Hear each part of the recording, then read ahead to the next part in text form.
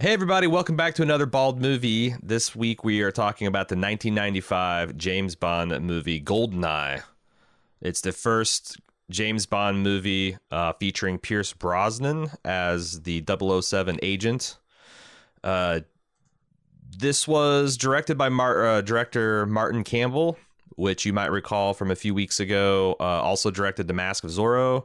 Came back to the Bond franchise for Casino Royale in 2006, and directed Jackie Chan in The Foreigner in 2017. Where he just goes through the forest chopping down He trees does with kicks. his bare fucking hands, man, and Yeah. kicks, headbutts, Kicks too. headbutts one or two.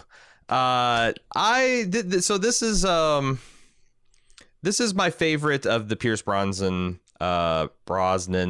James Bond. It's not even close. Jim, what did you think of this movie? I mean, mine too. Pierce Brosnan is a great Bond, in my opinion, who got one really, really good movie and a bunch of stinkers, like three other stinkers. This movie is a classic. I saw this movie when it came out, which I was 13 years old at the time, and a lot of it just kind of washed over me, and I didn't quite understand it. It just sort of went over my head with the Cossacks and their relationship to the Russians and all that stuff, and the British especially. But like going back and watching this as a 38-year-old man, I got a lot more out of it, and I think it's actually pretty tightly written. Yeah, we were trying this experiment where we used the Netflix Party app to watch it with a bunch of club members. And the trade-off in watching something you haven't seen in a long time or something you haven't seen before and trying to entertain people at the same time is you miss a bunch of things. And I remember when we were kind of yucking up thinking, oh man, this movie doesn't hold together as much as I would like. Like, I definitely appreciated the individual set pieces, and I think Pierce is, again, an excellent Bond. But I'm like, man, I don't know if all this plot connects. I mean, it's a James Bond movie, which means it definitely goes by the rule of cool. But I think this is one of the tighter plotted Bond films, and it's fairly sophisticated in how it tells its story. Again, for a James Bond film. So, because I've always said that this was like a C+ pop plot with like A+ casting and execution. But I think that's like damning it with faint praise. It's a pretty tight plot. It's got one of the best Bonds. I mean, I know some people prefer Sean Connery. I know some people prefer more Lazenby. Supposedly had one of the all-time great Bonds, and then there's Daniel Craig admires. But I think, like, when I close my eyes and think of James Bond, I see Mr. Brosnan. No, I think much like your first video game console, your first Bond is your greatest Bond, and this was absolutely my first Bond. See, my dad loved my mom did too. Like, one of the reasons this James Bond film is her antithesis. It's loaded with sex and violence and confusing juxtapositions of both. And my mom, who turns out is a huge hypocrite, loved the James Bond movies, had no problem with me seeing these things on opening night. But my dad is a huge James Bond fan. And one of my favorite things is like ABC Sunday night movie premieres would often be like 2 or 3 times a year would be a James Bond film. And I would love to stay up late and watch the whatever, living daylights or live and let die and die and let live and die another day and die. All the classic James Bond movies. And of course, I didn't get anything except for I thought the gadgets were cool. And I liked that he punched people and sometimes he'd swim with sharks and have to kill those too. Exactly. That was my feeling on GoldenEye. It's like, I really love the stunts. I really love the explosions. I love the action scenes. Right. But 95, I was 18. So I was actually able to, this is the first Bond I ever saw in a theater, like on opening night. And like, it seemed more sophisticated to me. Probably because I just able to understand everything. It all came together. But I think it's also got one of the all-time great Bond villains. I mean, Sean Bean is a great actor, as it turns out. The like Cossack plot, the more you understand that, the more intriguing that gets to be. Him leading this Janus and have this long-term plan to enrich himself and also bankrupt and destroy the country that he hates. Him being a former 00 himself, I thought that stuff is really good. It's got 2 good Bond girls. The villain Xenia Onatopp, who's way over the top but really fun. and Famke Janssen is very attractive and having a good time playing her. And then Natalia, I think her problem is she's a transitional Bond girl. Like, there's no good reason for her and Bond to have a romantic relationship in here, except for they do. But I think the actor that plays her is got terrible chemistry with Pierce Brosnan. I'm really struggling with this guy's name. I've said it wrong my entire life. I'm trying to do right. And the times where the movie really grinds to a halt is where they're trying to advance the romance plot between these two. When really, the story is she's just a really capable, resourceful woman who is kind of instrumental to winning the day. And then they shoehorn the romance in with her at the very end. But there's a lot of stuff around the edges of this Bond movie that I think is barely there enough to matter. And it might have actually been better if they didn't even attempt it. Like, some of that romance stuff is in that category, but also they're trying to humanize Bond or at least question like why he isn't very human-like. And why none of this killing affects him. But honestly, like that's the only glimmer of James Bond being a human being in this entire movie. And it's not enough to sway my opinion on James Bond. It's not enough to get me to sympathize with him or to get me to like question his motivations. It's just there to be there, it feels like. Like maybe there was another 10 minutes of this movie that got cut, to fit in another spectacular action scene that it just didn't connect.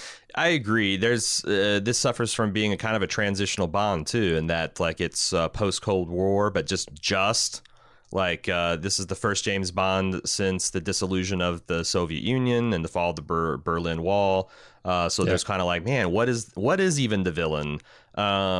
It's also the first Bond to get filmed in Russia for that same reason. They filmed a lot of stuff on site in St. Petersburg, and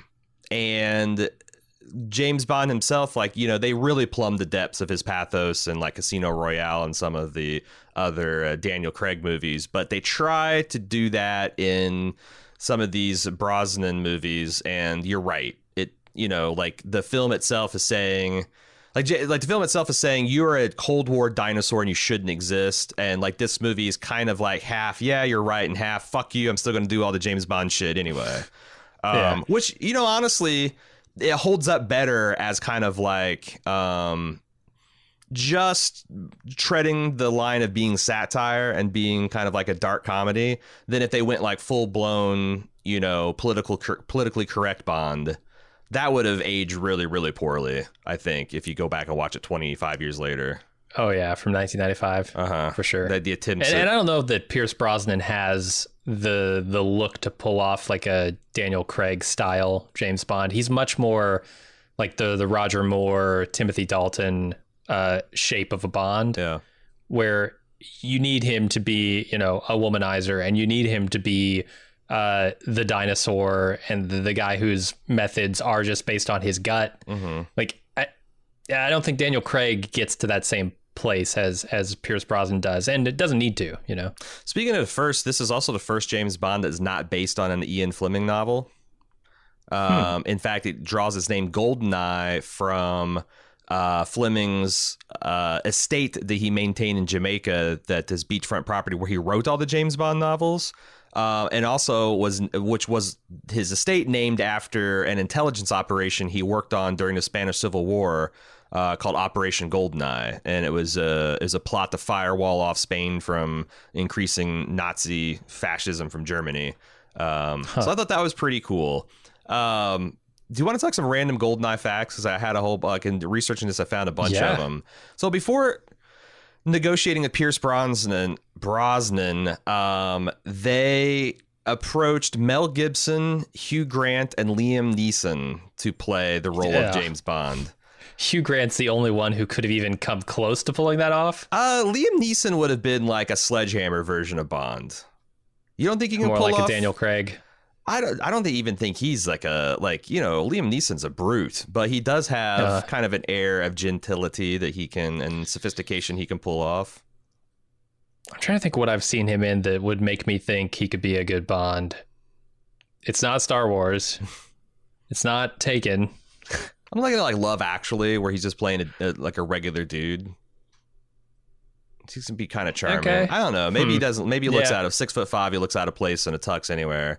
But Mel Gibson, that'd have been a full blown fiasco. And Hugh Grant, I don't know. He's got. I think he could have. I don't know. He's got like an awkward charm to him. I don't know that fits a Bond. He'd be an interesting, like, awkward kind of PC satire of James Bond. I was gonna say it'd be more like the original Casino Royale, where you've got the. It would almost be a satire. Then they also, for the role of Alec Trevelyan, I think is how you pronounce that. They originally envisioned him as an older character. It was going to be a mentor figure to Bond, like one of his trainers. And they approached Anthony Hopkins and Alan Rickman for the role, but they were turned down. When they cast Sean Bean, they reimagined the role as a peer, which is cool because I think it's like the first and only time that we see two 00 agents working together. I'm not a James Bond lore master, so that might be incorrect. It's certainly the first one I've seen. They also, when I say this plot is pretty tight, keep in mind that they had to make changes to the plot because when they were starting to film it, True Lies came out in 94, and I guess the alpha version of this plot was very, very similar. So they had to do lots of changes and remixes to make sure they didn't step on any, copyright toes. I thought that was kind of cool. Also, none of the cast that portrays Russians or former Soviet Union citizens are actually Russians. Oh, of course. Isabella Skorupko, Natalia is Swedish. Famke Janssen, of course, is Dutch. Oramov is German. It goes like Robbie Coltrane is, and Alan Cumming are both Scots. So. I think it shows. The accent work is not amazing in this movie. Yeah, well, I mean, it's like one of those things where if you don't care about like offending Russians, it's kind of fun and easy to do a broad, plotting big trouble for moose and squirrel type Russian accent, and just tell everybody to do that. Go for like the most stereotypical kind of Russian. Keep drinking vodka till you get there. I feel like Boris literally was doing a Boris from Rocky Bullwinkle. That might be where they got the name for it. It's like, what? You sound just like... I also want to talk about Pierce Brosnan himself as a James Bond. Why do you think he's so good? Because I've got a couple theories, but I want to know why you think he's such a good Bond. Why is he a good Bond? I don't know. So there's something about when I look at one of the Bonds, I can just say, do they look like a Bond to me? And Pierce Brosnan looks the most like a Bond of any of the James Bonds that I've seen. Yeah. I mean, he looks like he might have been born in a tuxedo. He's got that gentility, that, sophisticated air, but also he's got like this cold-blooded reptilian that comes out in the way he moves. Like I felt when you look at them assaulting the chemical weapons base, him and Sean Bean, the way they move, I thought was very good, efficient, predatory. Like in all of his action scenes, he doesn't give a fuck and he's completely unflappable as like explosions are going off, but he does mug every once in a while. Like he's got this, the flirting that him and like Xenia Onatopp do is outrageous, as is Bond custom. And you need it. You need to be able to kind of like cock your head and your eyebrow at the camera to make it okay. To make it not just like laugh out loud. And he's like a master at those subtle like facial expressions, especially when he's doing the sexual innuendo and stuff. But I also just really like how like there's a scene in the GoldenEye bunker, the radar dish, where he's like wiring a bomb while there's bullets going off and like grazing by his head, and he just kind of does this like half flinch, but he doesn't stop what he's actually doing, and it just sells a guy that's comfortable with danger and he's going to get the mission done no matter what. And there's also like an efficiency of movement, I think, in his acting, where like he seems like a very skilled athlete, but one who isn't looking to show off, or he's just like, okay, this is what I have to do and I'm doing it right now. There's also like a lack of hesitation on his part, right? When he needs to do something, it's sprung into action before I, as a viewer, even realize he's going to do it. Yeah, I'm gonna say that like there's a couple times where he took off running in this movie that I'm Tom Cruisian. I think Tom Cruise is the master at like looking like he is like covering a mile a minute when he's running, and Pierce has got a little bit of that gear too, where he's just and it also looks effortless. It looks like he's not expending the energy that you would moving that fast. Like when he's up on the dish and he's running across the catwalks, or when he's like trying to run down the plane in the beginning of the movie. He's really got that. It's like the opposite of Jim Carrey sprinting in an Ace Ventura. You got okay. At the ends of human locomotion, you've got Ace Ventura running, and you've got Tom Cruise running, and Pierce is like 90% of the way towards Tom Cruise running. I want to say I've seen Danny DeVito attempt to run. That might be like the opposite end of the spectrum. That's like attempt. He doesn't quite get to run. Okay, you know, it's like a giraffe. Do giraffes really run, or did they ever give above of like a canter? Elephants, they just kind of like brisk. They speed walk. The other thing I want to talk about before we get into kind of like the plot and other things is a big part of James Bond is the theme song and the intro. I think this is a very above average, if not one of the better theme songs. GoldenEye, I did not know this, written by Bono and The Edge, performed by Tina Turner, is like a quintessential Bond theme. And I love the, like, you know, there's so much like this, like naked women with sledgehammers busting apart Soviet iconography. How do you say that? Yeah. Iconography. Thank you. I mean, this intro is, when I was 13, this might have been the hottest thing I'd ever seen. Oh, sure. All of the like those backlit side breasts, hammer and sickle stuff, all that stuff went over my head. I had no idea what that was. Sure. But yeah, you got like a lot of good highlights with the lighting that, you know, 13-year-old me was pretty into. Actually, 38-year-old me is pretty into, you know? Yeah. Not bad. I get a little more of the symbolism, the iconography, as you said. Yeah, and like the two-faced imagery that fits in with the Janus and fits in with like the Two-Face Scarface thing that Sean Bean's rocking at the end. I think it's great. It's kind of bonkers, and the lyrics are weird in the context of some of this stuff. Like, you know, watched you from the shadows as a child. Like, is that Sean Bean? Is that Alec talking about the British government? It could be. I don't know. I don't know. What's your favorite? What's your favorite Bond theme? I can't think of a lot of Bond themes. I mean, this is definitely up there, but I don't know. We listened to the Madonna one just before this, which I think is a bad one. It doesn't fit with the Bond style. Yeah. I think Paul McCartney's Live and Let Die is my all-time favorite Bond theme. I can't even picture that one in my head. I just hear the Guns N' Roses Live and Let Die lyric in my head when I hear Live and Let Die. Yeah, it's got like it's an interesting kind of schizophrenic song because it's got like 3 different tones and parts of it. But like, I really like the slow stuff, and I really like when the, you know, the tempo really kicks in and all the electric guitars and stuff. That's my favorite. Billie Eilish's new one for Die Another Day. Is it Die Another Day? Yeah, the new one. It sounds really cool. It came out like a week before the thing got shelved until later this year or maybe next year. Yeah, I don't think I've heard it. Do you want to talk about the plot, or do you have any other like random Bond things to talk about before we get to the actual damn movie? No, let's talk about the movie. One of the things I really appreciate about this film is like the first 15-20 minutes, you don't have a great idea of what the hell Bond is doing or what his mission is. And it kind of lets you, it reminded me a lot of the really good parts of Better Call Saul, where you just have like Mike fucking around in his living room, and he's got like nails and hoses and water sprinklers and staple guns, and you're like, well, what is this guy doing? Or he's like hanging a shoe from a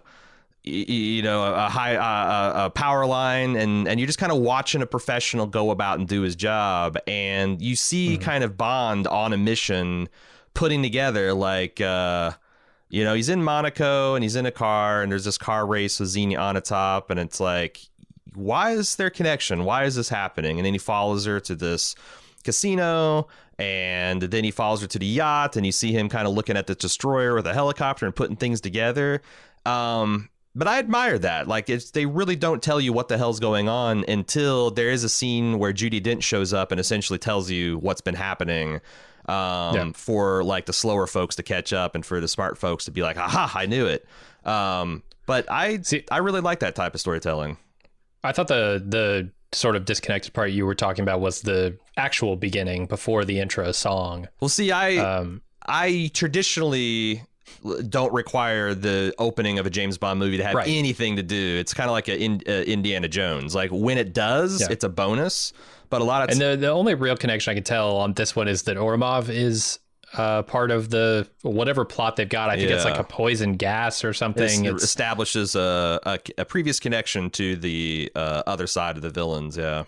And a reason why James Bond might be a little hot-headed in this scenario, out for revenge. Yeah. How do we feel about the game Baccarat? I've never played it. I don't know any of the rules. I have to say I do love a good rectangular poker chip, though, or a rectangular chip for a game of chance, I guess. I feel like it's selected because no one knows how to play it, and it's so exotic. Like, you have these wild paddles, and where everything's dished out, and but it seems sophisticated, and it seems like something rich people would play in Monaco, right? I was gonna say, legally, I think it's the only game you can play in Monaco, and it's the only game. Is that true? No, it's not. It's definitely not. Yeah, it's the only game allowed in Monaco, and you can't play it outside Monaco. They have a lot of interesting things. Like, they do a lot with like the Russia being, because we didn't know what Russia was going to turn out. We still don't know. Like, they're 30 years in their experiment with capitalism and democracy. But they portrayed this like Russia being this land of opportunity. And it is like throwback to this time in like American politics where I think we genuinely believe that, like, oh yeah, the Soviets have been overthrown. They got capitalism now. They're voting for elections. This is going to go 100% cool.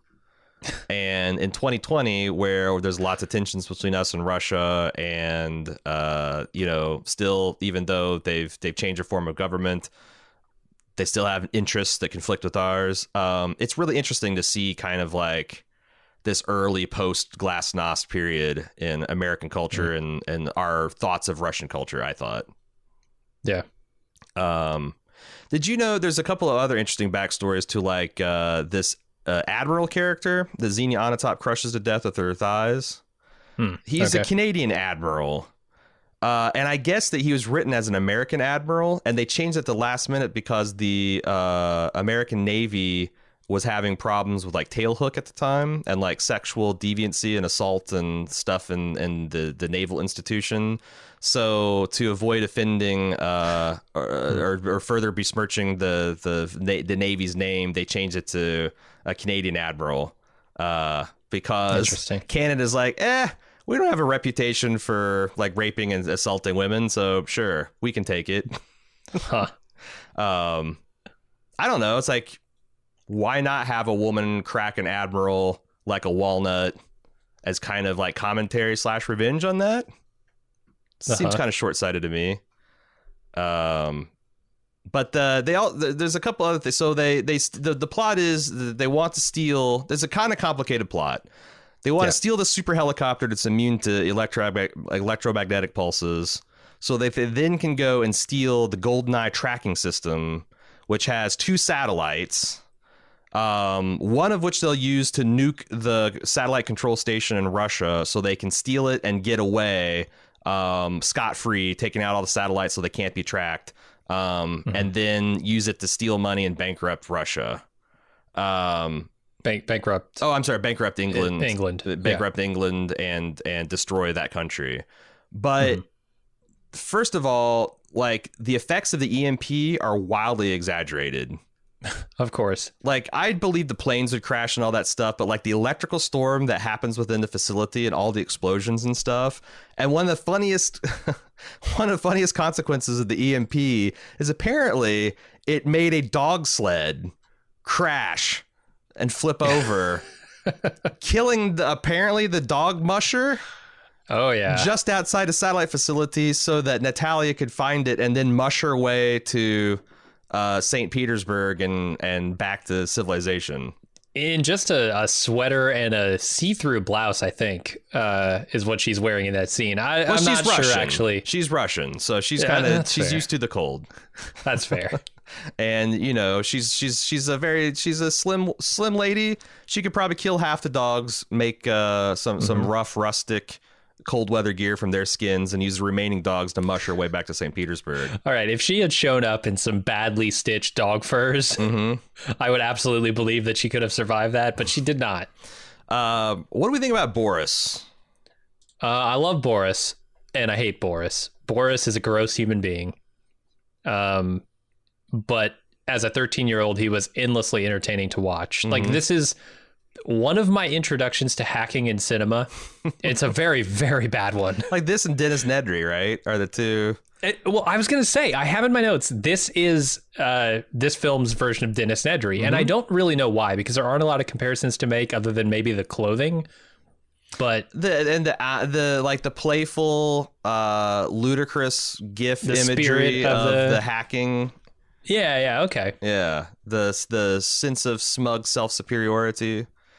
Because that's what... There was something I couldn't put my finger on. That's what I think is really interesting, and I think there's two things that makes the chemistry work. First of all, Alan Cummings he has really good chemistry with the Natalia character. And you kind of believe that, like, no one takes this guy seriously, no one's threatened by him, they kind of roll their eyes and engage with him on their own terms. And also, like,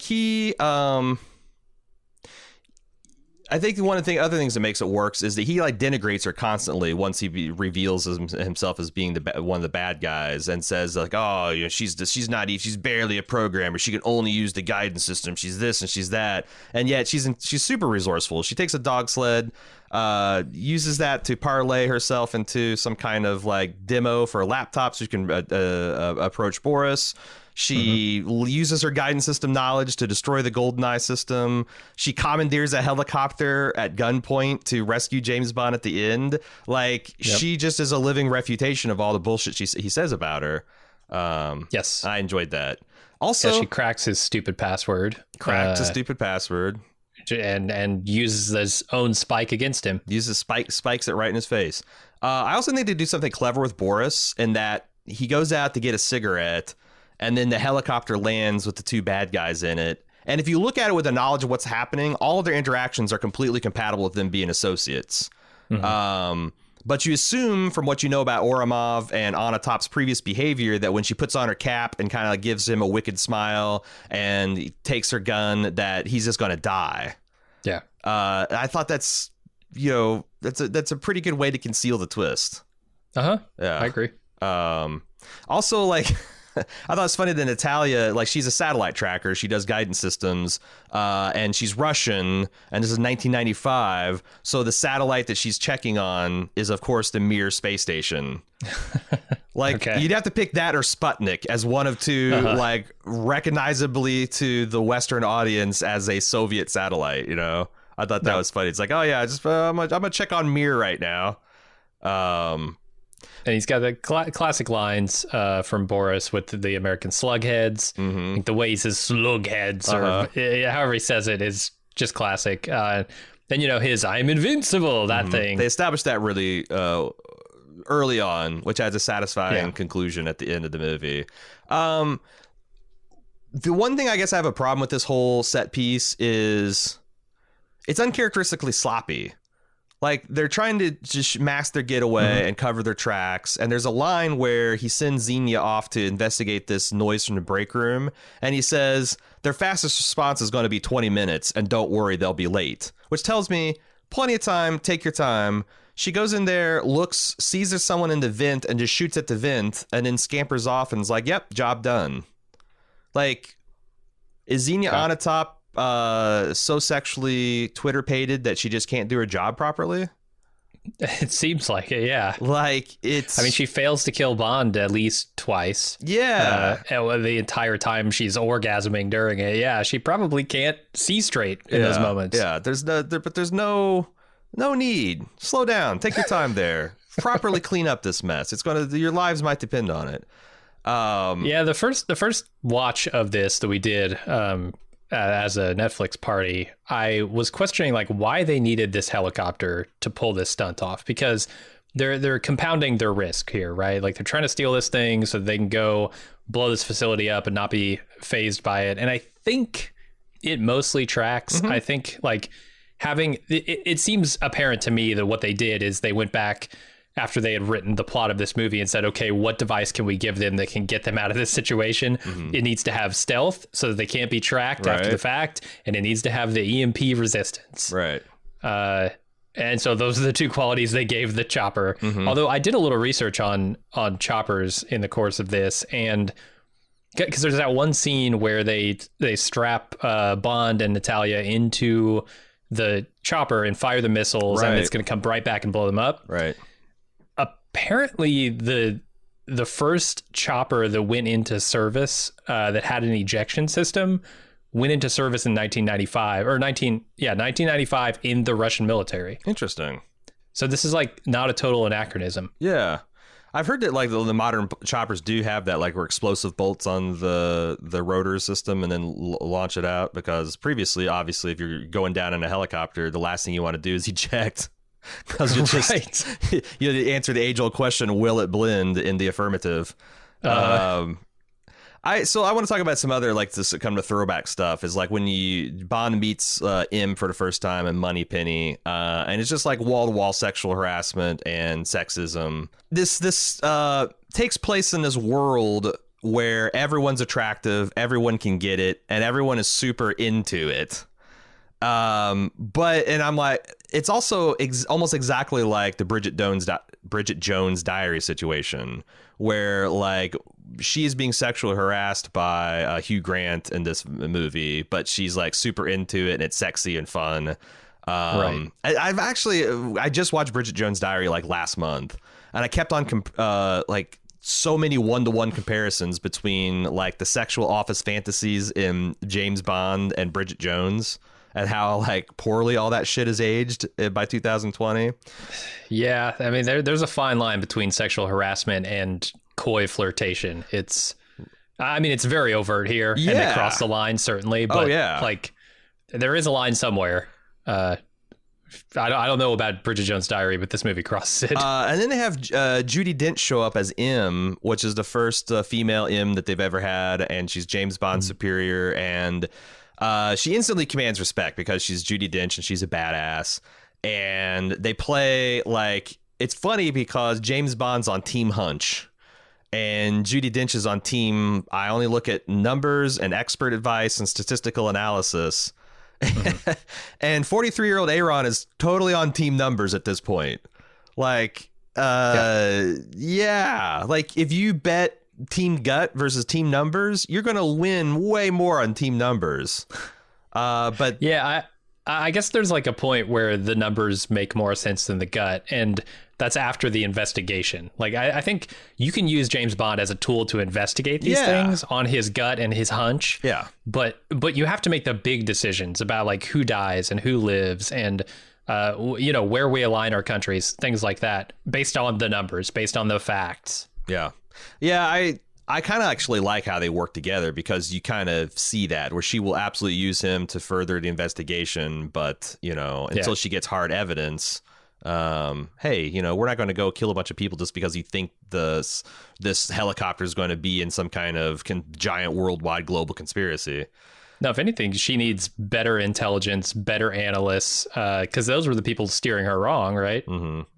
Yeah, maybe if the entire department wasn't undermining her because she's a woman, because like everyone was. It's essentially like even Moneypenny's like rolling her eyes about this, stuffy old M that they evil got, queen of numbers, drinking bourbon, kind of fucking. What was with that? Drinking American hooch. What the hell? And then we get to see, I think this is maybe the second to last role for old Q. I want to say he was in at least one more. Yeah, because he passed the torch to John Cleese eventually. But I was kind of disappointed in the gadgets of this film. He's got a full-on spy hunter car that he never gets to use, because I guess the BMW sponsorship arrived very late in the filming process. And the equipment's kind of underwhelming. He's got a laser watch, which is pretty standard James Bond shit, a pin grenade, and a Batman belt. Yeah. Like, far cry from the jetpacks of old and self-contained scuba devices in a pin from James Bond of my youth. Oh, I mean, the things they talk about are cooler than the things they use. Those ICBM missiles coming out of the headlights, that'd be pretty sweet. Yes, I think they're Stinger missiles, not intercontinental ballistic missiles, but they're not. Oh man, maybe you can launch nukes from I was there. hoping he could just take out Russia from London. Done and done.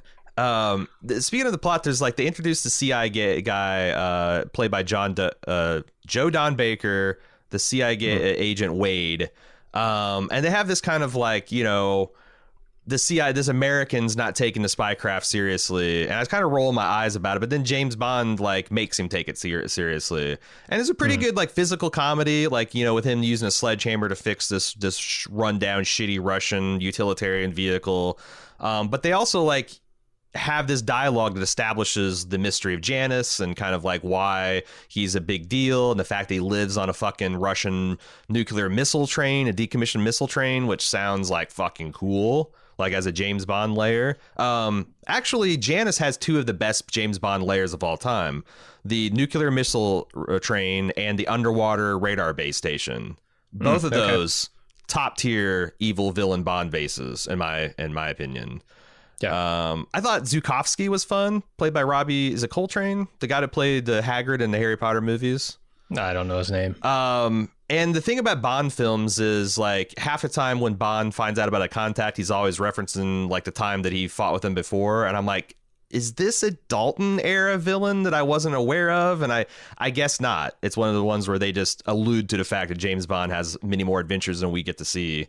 Gotcha. I thought he was really good. And another kind of like funny scene where he's interrogating Bond by shooting at his balls and his knees. And Minnie Driver shows up in that scene, which I had totally forgotten she was in this. Well, this is at the very dawn of her career. This is just before Good Will Hunting. This is before Tarzan. This is before a lot of like, this is where she was a semi-struggling actress trying to break through. And she does this bad off-key Stand By Your Man, like drunken Russian stripper being indulged by her boyfriend / boss at his strip club.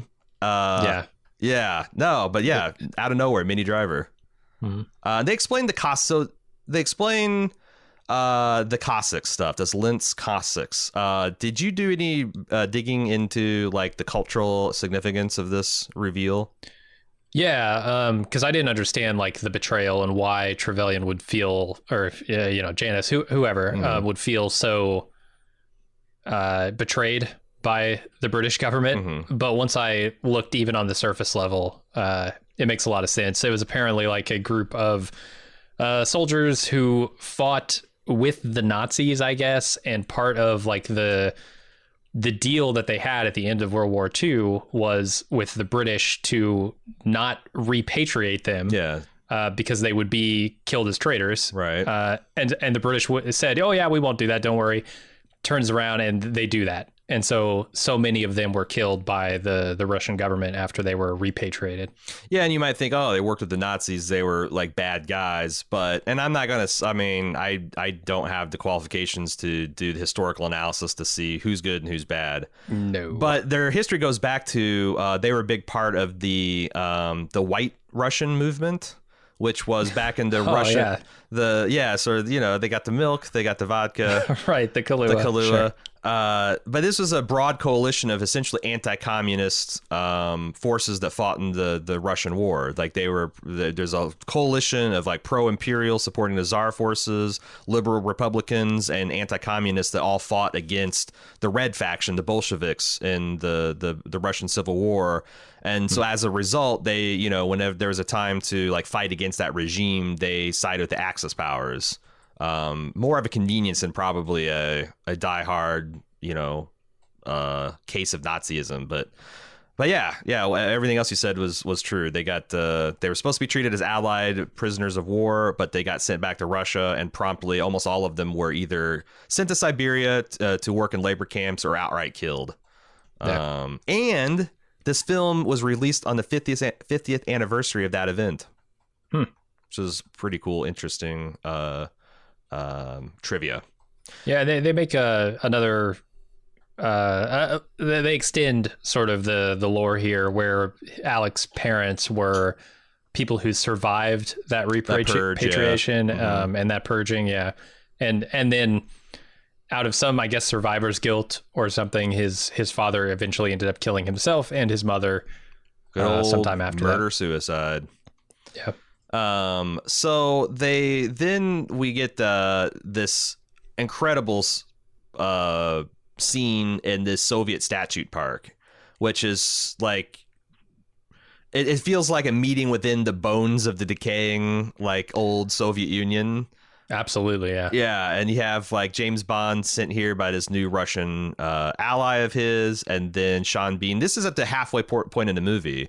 He reveals himself to like, yeah, I used to be a 006, and here's my whole history with the Cossacks, and this is why I'm doing this. And I thought it was a real, genuine betrayal. One of the things that makes with him an iconic Bond villain, and I really, really enjoyed it. And the imagery, too, I think extends sort of to Bond. Like, you've got this guy who we're talking about as a dinosaur. Yeah. This, relic of the past. Fits right in amongst all these other relics of the past. It's a really striking visual scene. Yeah. So there's a whole bunch of things that happen. I don't know, because I've got the set pieces and I'm covering like separately. But there's the things where like, because Ourumov for most of the movie is able to like work within a legitimate Russian organization, and like Bond forces him to break his cover and go rogue. And then Natalia and Bond get separated after this big tank battle that we're going to talk about. Then their train hideout gets quickly disposed of.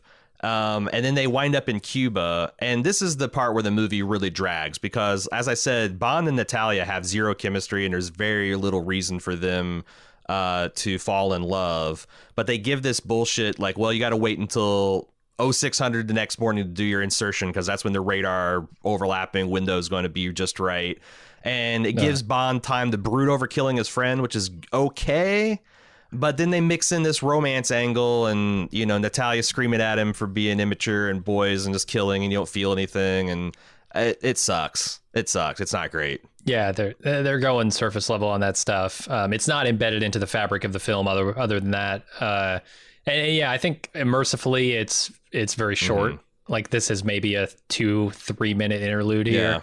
Until we get back to the stuff that we really care about. Well, I also feel like they like panicked and like, oh my God, we've had this so-called Bond girl dressed up like a kindergarten substitute teacher. Holy shit, get her in a bikini. Right. Get her in a diaphanous dress that's going to hug her body. We gotta sex this up. Oh my God. And that's exactly what they do. It just feels really, really kind of shoehorned. But like you said, we go on to the under lake satellite dish, which I thought was a really cool concept and a very good use of the Arecibo satellite dish, also seen in the movie Contact. Huh. Yeah, okay. they use that real life location, but then they also use a big detailed model that they built of it to like flood and deflood. And yeah, it's neat. Like, as a CIA guy, it's like, hey, there's not a satellite dish that exists in Cuba this big, because, we pay a lot of attention to what goes on in Cuba, and, well, they hit it in the lake. Pretty interesting. Yeah, you talked a little bit about this being sort of a transitional Bond, and I really think it's transitional in a lot of ways. It's a new Bond, as from the character standpoint, but also when I look at this movie, I see them trying to synthesize old technology, which is like, tanks and guns and to a large degree, like this heavy machinery that you see, with this new warfare in the digital realm, with like satellite communications and computer hacking, things like that. It's very awkward, and it's not refined in this movie, and later James Bonds will do it much, much better. But this is sort of like in 1995 where my head was at, and this sort of like defined what was, I guess, spy cool to me at the time. Like, you had other things around. James Bond wasn't the only spy game in town, but it sort of was doing those kinds of things on a level that I hadn't seen. And I don't know if that's because I was just very young and hadn't seen a lot of movies, or if that was because this was doing something interesting at the time. But yeah, there's this weird blend that I really appreciated. Right down to like the EMP itself, like that concept. I don't think I was aware of it as a 13-year-old watching this movie. So this thing blew my mind with that. Yeah, as my first introduction, I did some research because I wondered that on the Netflix watch party we did, like where was the first cinematic EMP? And I guess it happened like there was in the old puppet version of Thunderbirds, there was a plot involving EMPs in the like early 70s. And then there was some stuff in the mid 80s where there's a plot around an EMP or a non-nuclear EMP. But this was definitely like my first exposure to it, and like, oh my God, like, yeah, you can harm a country without damaging its physical infrastructure. You can destroy its information infrastructure, and that's just as debilitating. Like, because it's tempting to say that like Janice's plot here was just to steal money, like it's a smash and grab, but really the thing that gets him off is taking England back to Stone Age. You know, like destroying all of its electric and information infrastructure, which, pretty cool concept. I like James Bond like willing Boris to click that pin 3 times, because they established this guy's like one-handed coding, and he's like has a nervous habit like twirling this pin, and he clicks it like once or twice, and like Pierce Brosnan is just kind of like boring his eyes into Boris's skull to like, come on, click it a 3rd time, you fuck. Because he's also flooded this whole facility with like gasoline or kerosene or diesel. And I'm like, it's an enclosed space. This is happening like 12 foot over your heads. The whole place would immediately reek like a refinery, but nobody notices. Everyone's got allergies. It's really bad in Puerto Rico that time of year. But yeah, I don't. It's cool. Like at the end of this movie, like Natalia gets to use a gun. She gets to use all of her hacking skills on a head-to-head face off against Boris, which she's able to best him. And Boris gets his one final "I'm invincible," because he does. Oh, the survival of him in that like bunker destruction is pretty incredible. Yeah, he's got all that rubble around him. Just stands up and then there. They rupture the nitrogen tanks above him, and he gets T-1000, and it's pretty good. There are a lot of good lines. That's a great line. It's iconic. But there are some really just zingers in here. There's one point at which Alex says England's about to learn the cost of betrayal, inflation adjusted for 1945. And I'm like, oh, that is such a good line. Yeah. And then, of course, like for England, James, no, for me, and he drops him. That's classic as well. Yeah. Just a lot of good writing here, you know, and most of it is tongue in cheek and silly and that kind of thing. But they have those callbacks, like, you know, do you choose friendship over the mission? Do you choose a relationship over the mission? People over the mission? And that, like, it's played out for like 3 or 4 times. In the first scene, obviously, and then, you know, when he's put in a situation where he can only has time to like stop Janice or rescue Natalia, and he picks that, and then at the end where he's like, you know, are you doing this for England? He's like, nah, I'm doing it for me.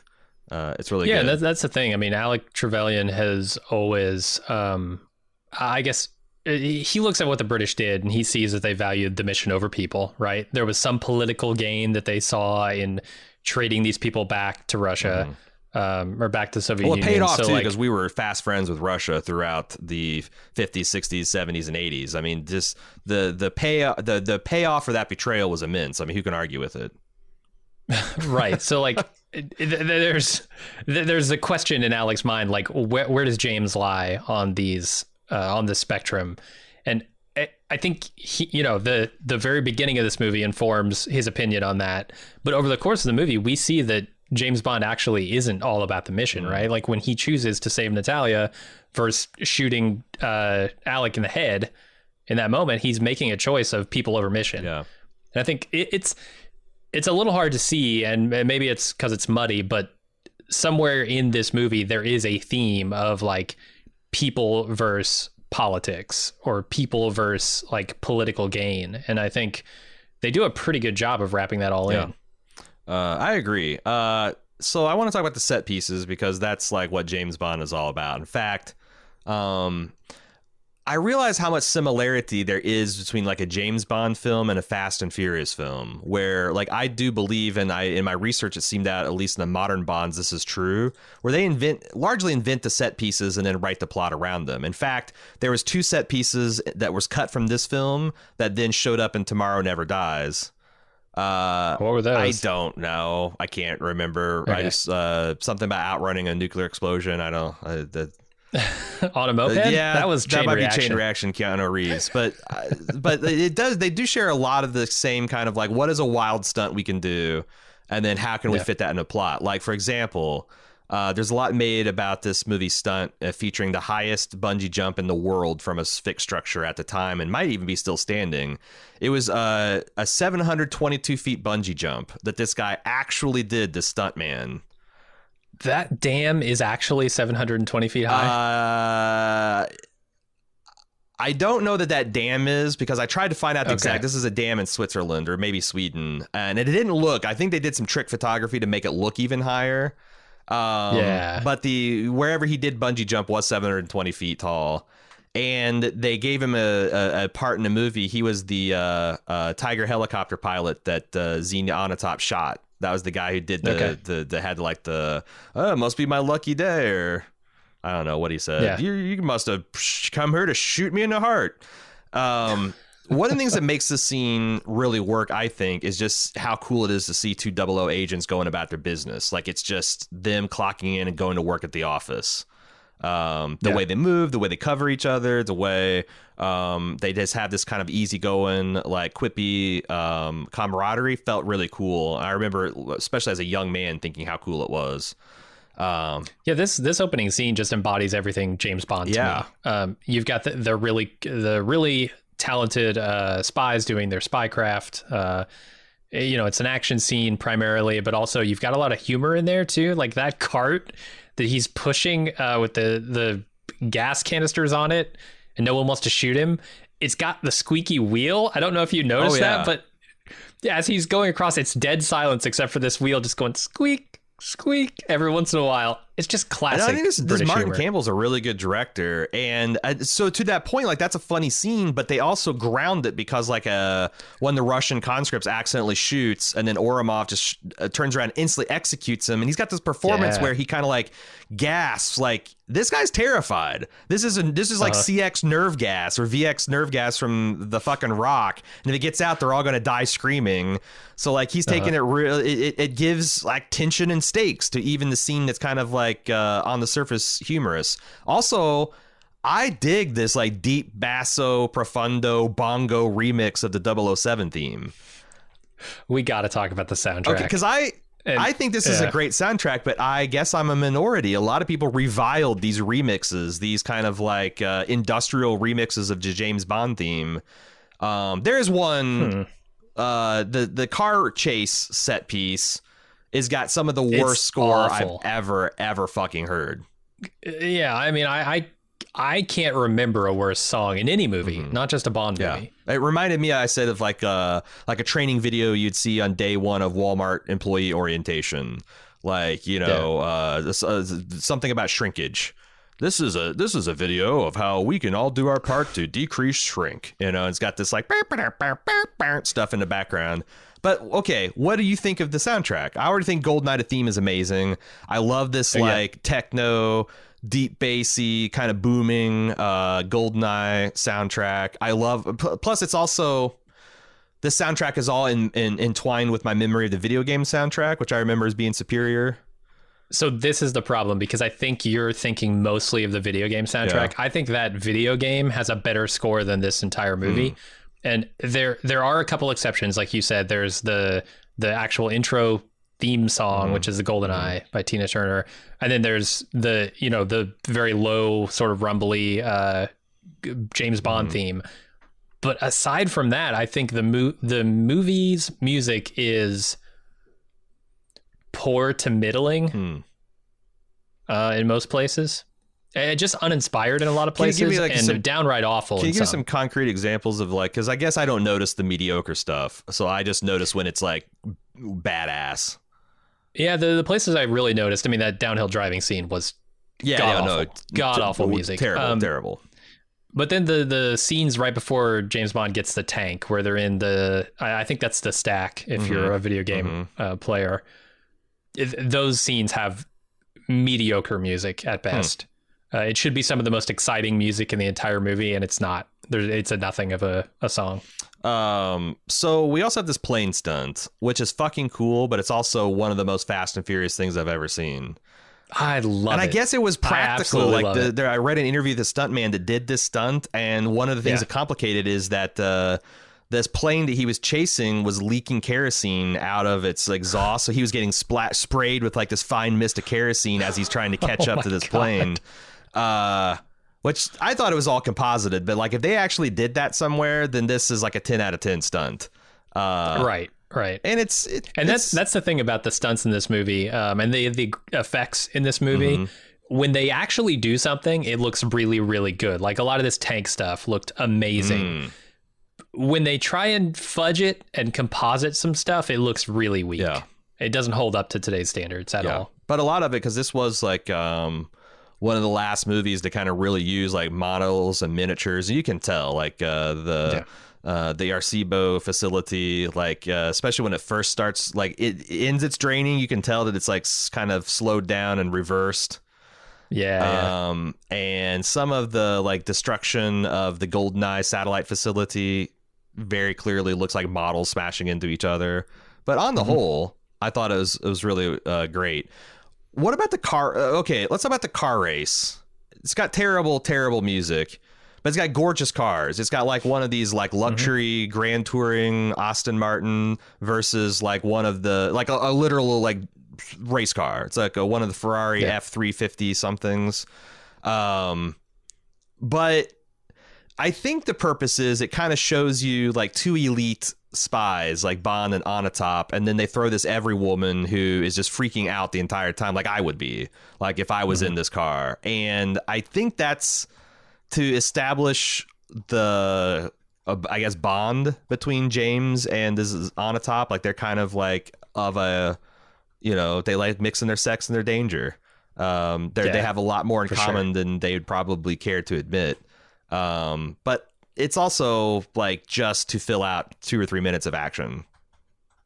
Yeah, I think it demonstrates like Bond's ability and maybe also affinity for inserting control into chaotic situations, like being sort of the master of any scenario he finds himself in. And this is certainly one of them. Another set piece is the James Bond and Xenia Onatop fight in the sauna. Yeah. And I did some research on that. And so Famke Janssen is a formidable woman. She stands at 6 foot tall, flat-footed. And she, when her and Pierce were working on the scene, she goes, "I want you to slam me into these walls as hard as you can." And she ended up breaking a rib in the scene. Yeah, apparently.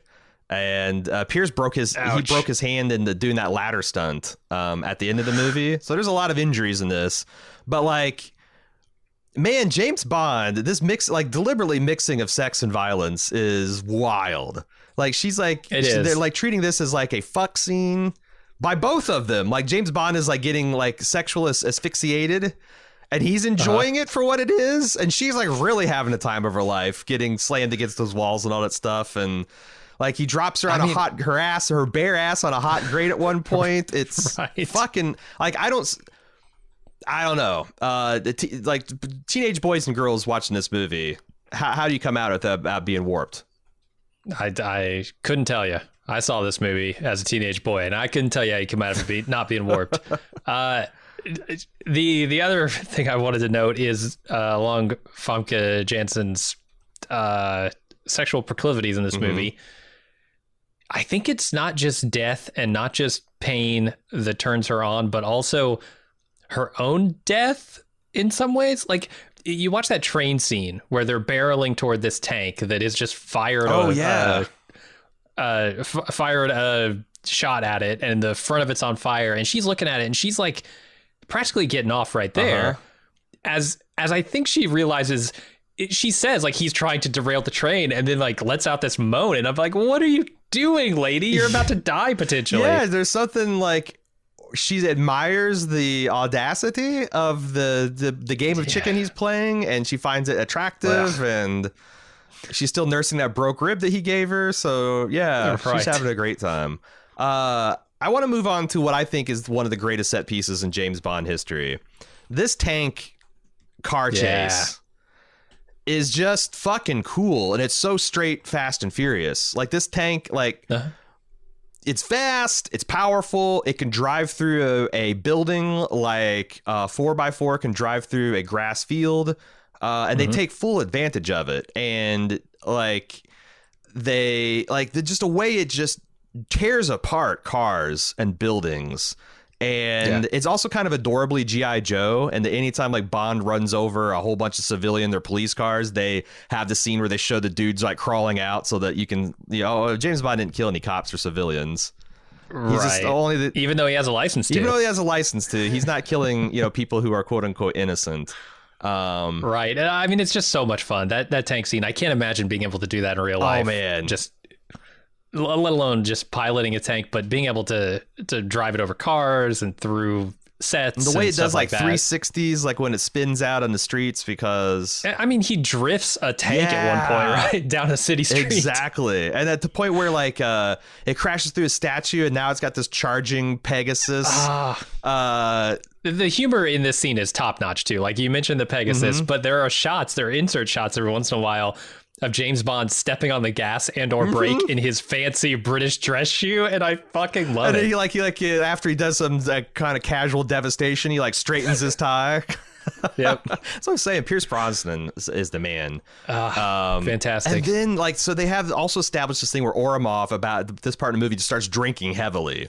Like he keeps on looking back behind him, seeing his tank like honk honk on your ass, and he just like keeps on knocking this flask back. And then they have this scene where they're getting into the train, and like James Bond pulls up in like an Overwatch position, like he's being sneaky with this huge giant train that sounds like 100 factories operating at full capacity. I'm sure it's so fucking funny. Then they have like I enjoyed the little duel between her trying to trace Boris and the ticking time bomb, and him trying to blast all the nuts off the hatch with his laser watch. I thought that was pretty cool too, and showed her, proficiency with hacking. Yep. There's another stunt that's like where they get shot down by that Cessna over that was kind of. Ooh, the Sam that hits them probably would have done more damage than take off a wing. Yeah, and like it's very clearly model work when you're seeing it happen too. I don't know if I like that. But then it leads into a delightful scene where Xenia Onatopp comes at him from rappelling in a helicopter, and she's so in character, she comes down with her legs like in full open nutcracker mode. Like she's just ready to go right for the rib cage. I wish they didn't have him get kicked. I wish they had her just latch on there, come down off the rope, latch on, and the fight begins. It should have been like a claw machine. She just descends and boom, gets the lock in right then and there. And I guess there was I thought that death felt kind of perfunctory. Like they set up for like this auto, like, she is fitting in by auto erotic asphyxiation. But I guess they cut quite a bit of that fight to get a PG-13. Like her death was a little bit more gruesome, and their fight was more sexually suggestive. But they cut it down to get a PG-13 rating. Okay, how would that fight have been more sexually suggestive than anything that came before? Then a fight with them half nude in a sauna. These censors. What are you going to tell? What are you going to tell them? You can't tell them nothing. Apparently, there is a really good hand-to-hand fight. Like this final climactic duel between 006 and 007 is, especially for its time, like you have to get to like some of the like Mission Impossible 2, which I think happens 5 years after this. You got to get to the Bourne Identity, which happens several years after this before you get a better one. And I was really impressed because apparently Sean Bean and Pierce Brosnan did like the majority of these stunts themselves. Even the ladder, you could tell, falling down where Pierce, I guess, broke his hand. They did that without. Now I don't know, like, because some of those things where they're flipping backwards over like metal staircases and stuff. Yeah, I'm sure when Alec gets thrown down the staircase, or when James Bond tumbles down the ladder and like lands on the little platform, I'm sure that because they cited out in this interview I read, the only thing that was done by stunt people is when like one of them got thrown against the wall or something. I'm like, that can't. But I don't know if you get your hands. I know they did a lot of compositing, Like that final where they're fighting like above the main dish, and it's very Luke Skywalker and like dangling off a weather vane and Bespin. That was clearly all blue screened and composited, but it looked amazing. And they like doing long cuts, the camera's staying on them, and they are just like throwing haymakers and trying to kill each other. It was very, very believable, and just very cold and ruthless and efficient. I fucking loved it. I loved it. There's a scene before that where James Bond first shows up to that facility. I don't really know what to call it, but the second GoldenEye operation center, the under Lakes station. Yeah, and Alec Trevelyan tells his men, his guards, the security team to go kill him. Which I don't know why he thinks that'll work in the first place. He's been trying literally all movie to kill this guy. And nobody's been successful. So just saying, especially go kill him. Since he's 006, like he should be able to say, could these guys kill me? No. Right. Okay. Well, maybe not order them off to the bit. So that's the thing. They go out and they capture James Bond. Like he gives himself up, kind of. But they capture James Bond and they bring him back to the operations center. And Alex Trevelyan doesn't go, what the fuck? I told you to kill this man. Instead, they brought him right to the central nervous center of his entire operation. Why doesn't he just execute every single one of these idiots? I don't know. I mean, that's James Bond. Like, why did he give him 3 minutes or why did he give him the same 6 minutes he gave him in the train? I mean, that's fine. That's one thing. But when you directly give an order to your security team and they don't follow your order, you look at what Oromov did to that guy. Oromov should have been in charge. You let this Cossack run things and they fuck it up. That reminds me also, like you pointed this out during our Netflix party. To really fuck James Bond, he should have given him the same 3 minutes by giving him a minute and a half. Tell him I gave you the same 6 minutes that you gave me. Yeah. James Bond will think 3 and it'll really be a minute and a half. Yeah, because they would have been like not even halfway through the tracing. He wouldn't have half those bolts blown off and he'd have died. He'd have died and you'd have won and you would have avenged your parents and all Cossacks everywhere and look where he'd be. But Sean Bean, it's in every contract he signs, he's got to die. He died twice in this. Dies twice.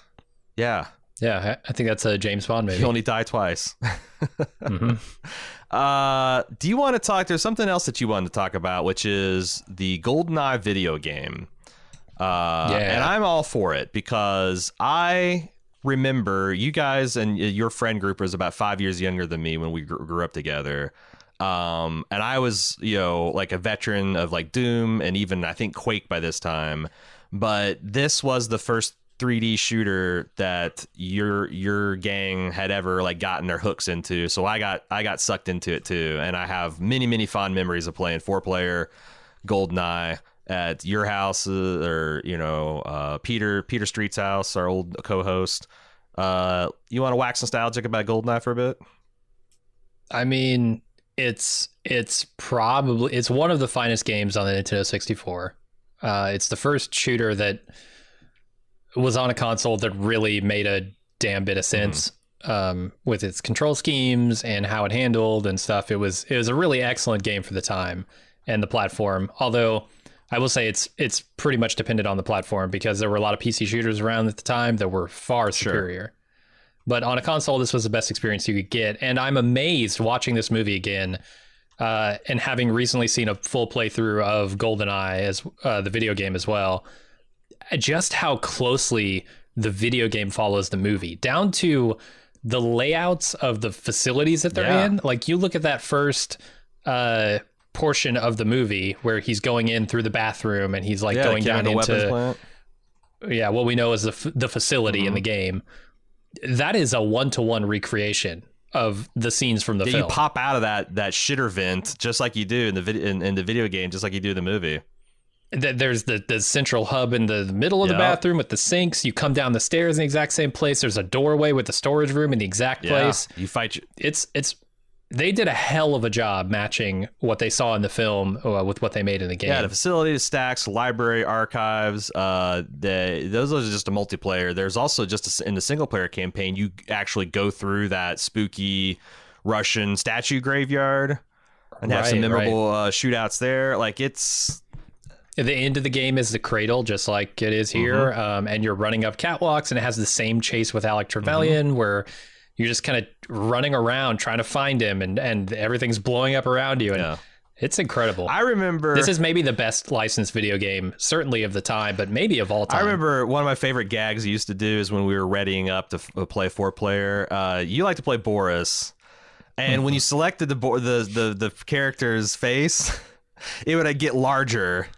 And then you could cancel out of it. It would get smaller again, and you would rock back and forth where its face would be getting bigger and smaller, and you would go Boris, Boris, Boris, Boris. Yes, as an intimidation factor.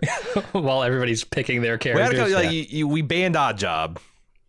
We did. He's too short. His hitboxes were too small. Arguably Boris. There's no way Boris's hitbox was as big as like Bond or Sean Bean. Who's to say? Or who's that? The Jaws. He had the biggest hitbox. That was kind of a flex if you played him. Oh yeah. And then there's like rules about how, like, because you all play on the same screen, like rules about like whether you could look at people's screen or not look at people's screen, or we constantly did. Yeah. I mean, that was kind of the rule, the de facto rule. Did you guys ever do one? You can see it, so you got to Did you guys ever do like tape a blanket to half of the screen and one guy goes under the blanket? Because I've seen seen pictures where like they tape a blanket over to the bottom half of the screen and someone would go under the hood to play that side of it, and then the person on top couldn't see them, and vice versa. Nice. I thought maybe you guys would, because I remember that being pretty heated. Like, oh, if you're just going to fucking watch the doorway, then I'm not going to, you know. Well, it kind of became pointless anyway, because that game had, let's say, really poor respawn strategies. Right. So basically there was a set pattern where you would constantly respawn here, then there, then there, then there. And there were like 6 different spots, all of which were in range, especially in the stacks. In the stack, all of which were in running range in the time that it took to respawn. So, and if you got too close to them, it would jump to the next point, but you could stay just far enough away from the spawn point to train your gun on exactly where they would spawn and then shoot them dead the second they spawn. And the weapon balance was not super great too. Like if you got the one that was the RCP 90 or like the grenade launcher, it was like you're the grim fucking versus Reaper. Like a clob. Yeah. Clob on your knob. I remember that being. There was no contest. It was. Yeah, and a great soundtrack. I remember. So last time I thought about GoldenEye seriously was a couple years back when they did a source port of it, and they did like remastering of all the soundtrack. And one of the greatest things that came out of that project is you could download all of those songs as MP3 files, and they definitely got added to my ambient music library because it's really good music to like program to or do analysis, some kind of data analysis work to. No, I really think the soundtrack for the game is better than the score of this film. It's too bad because like the GameCube, or is it N64? The N64 controller, if they knew what they were doing, they could have implemented like a true twin stick style where the C button you could have like strafed and looked up and down, and then the stick would have been movement, but they didn't quite nail that. I don't think they quite had the twins, because they had all the parts to do a twin stick shooter. They just didn't know what. You know, and also the other problem with the way that thing was off axis is you had to decide whether you want to be able to switch weapons and throw grenades and shit, or move and look up and down. You couldn't do both at the same time. No, it was not an ideal controller. PlayStation controller, the DualShock was much better. Yeah. So one last thing before we sign off here. It's pretty pointless, but I was curious because in this movie they say something about James Bond drinking vodka martinis. Yes, they did. And how he drinks them all the time. I was under the impression that James Bond was a regular martini kind of guy, and then he would be drinking the gin martini, which is, I think, your standard martini. So I went and I looked this up, and I did some research. I read through the Wikipedia article and found out that according to the books, which I think are probably the most canon of anything James Bond, sure. Over the course of those, he has had 19 vodka martinis. He's had only 16 gin martinis. 16? And 16. Oh, that's pretty close. I thought you're going to... Yeah, okay. It's pretty close. But then he's got this... The signature drink of James Bond is actually something called a Vesper Martini. Really? Which is a combination of the two. It's a little bit of vodka, a little bit of gin, and a couple drops of Ava Green Sweat. Yes. And something called Quina Lillet, I think is how you say this. Is a French aperitif made from white wine, fruits, and quinine, the stuff in like tonic water. Oh. Doesn't that cure coronavirus too? Yeah, it does. Go out and stock up on tonic water. Just drink a lot of it. Actually, that's funny you mentioned that, because actually it is a cure for like malaria and some other diseases. Yeah, I thought I recognized the name. Huh. Right. Wild. So yeah, but apparently like the Vesper is only mentioned once. It's like named after Vesper Lynd, which I guess was the original Bond girl. Yeah. And she's like the casino, the heroine of Casino Royale, played by Eva Green. Right. So yeah, I don't know. I guess he has drank more vodka martinis in his life as the superhero James Bond. But statistically, it's pretty half and half. It is, like yeah. It was 19 versus 6, but it's 19 versus 16. That's pretty close. Yep. And then sounds like the mainstay was the Vesper. No, so was the Vesper, did you say that was vodka or? It's both. It's vodka and gin. Oh, okay. It's just the one thing that makes it special. Gotcha. Right. Interesting. All right. Well, thanks for that alcoholic update. I noticed from the forums that like people are running out of booze in this quarantine situation and coming up with some interesting solutions. I doubt anybody's got any Quina Lillet laying around. No, just laying around, just in the back of the maybe the French in the back of the liquor cabinet. Nah. Well, anyway, this has been fun. Thanks for joining us for a discussion of GoldenEye. We'll be back next week with another Bald movie.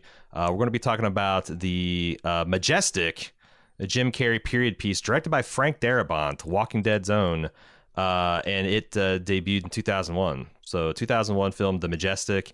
We'll be back here on next Thursday to talk about that. Until then, I'm your host, A.Ron.